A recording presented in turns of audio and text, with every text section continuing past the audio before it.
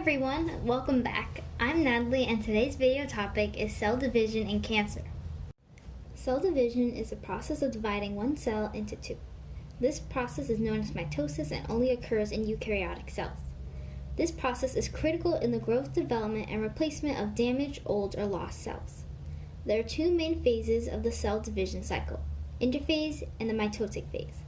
Interphase consists of growing and synthesizing of DNA and other organelles for the preparation of mitosis, and mitosis is the process of splitting the organelles, cytoplasm, and DNA into two. Interphase makes up the majority of the cell cycle, having three phases: gap 1, synthesis, and gap 2.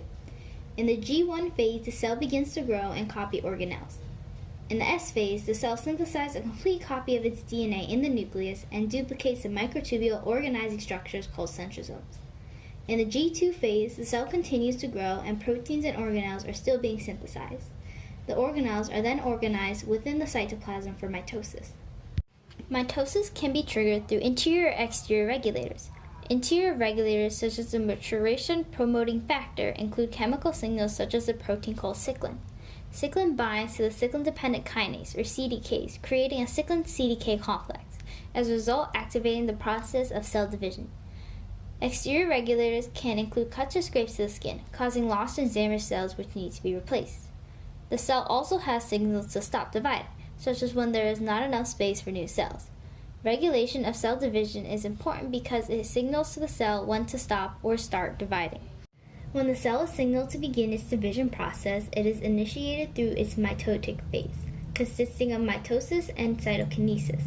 Mitosis has 5 phases: prophase, prometaphase, metaphase, anaphase, and telophase. Each phase works on dividing the chromosomes into two groups.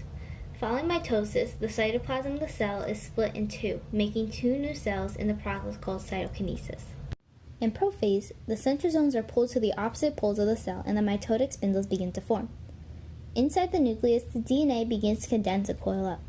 The condensing process is catalyzed with several proteins such as cohesin and condensin. The cohesin protein creates rings to hold the sister chromatids together, while the condensin protein creates rings to compact the DNA.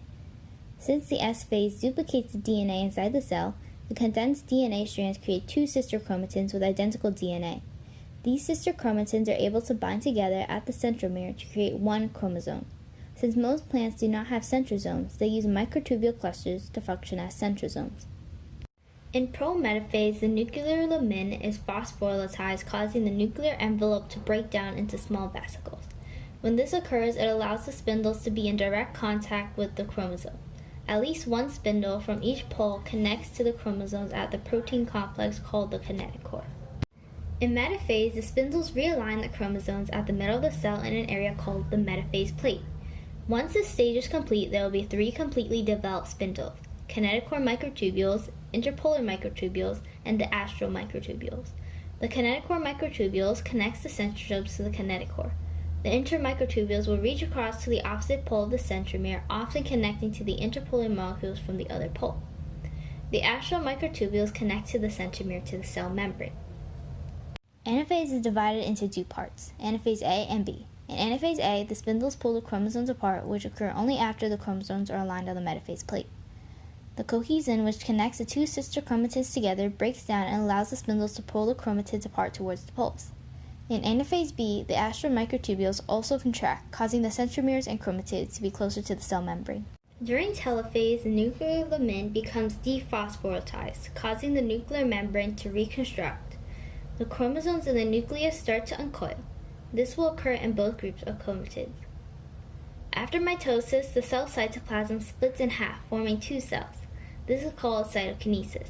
In animal cells, the cell membrane will be pinched at the metaphase plate to create a cleavage furrow, dividing the cells in 2. In plant cells, a cell wall will be created in the middle, separating the cells. Once the M phase is complete, there will be 2 daughter cells which are exactly identical to one another.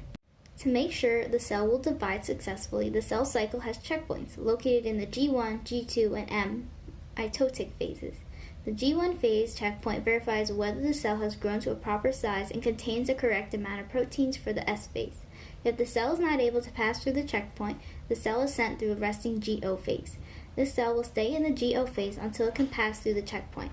Some cells, such as nerve cells, will stay in this resting GO phase permanently and will never divide. In the G2 phase checkpoint, which is right before cell division, the checkpoint mechanism confirms if the DNA has been properly duplicated and rechecks the cell for its growth and resources. In the M phase checkpoint, located during metaphase, the chromosomes are evaluated to see if they are positioned properly in the center of the cell and if the spindles are correctly attached. If the G2 and M phase checkpoint requirements are not met, the cell will remain in its current phase until fixed.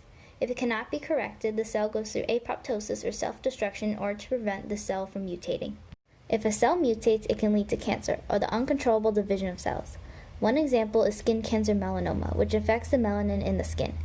Cancerous cells often ignore and bypass the checkpoints of cell division, causing them to continuously divide.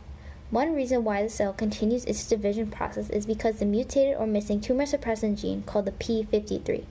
The p53 gene is responsible for halting the cell from going through the next phase, and it identifies and fixes the damaged portion of DNA. In cancerous cells, the DNA is mutated, so the p53 gene cannot properly identify and fix the DNA. The cell continues to duplicate the mutated DNA, then can freely pass through the checkpoints. Thank you everyone for watching. I hope you enjoyed the video.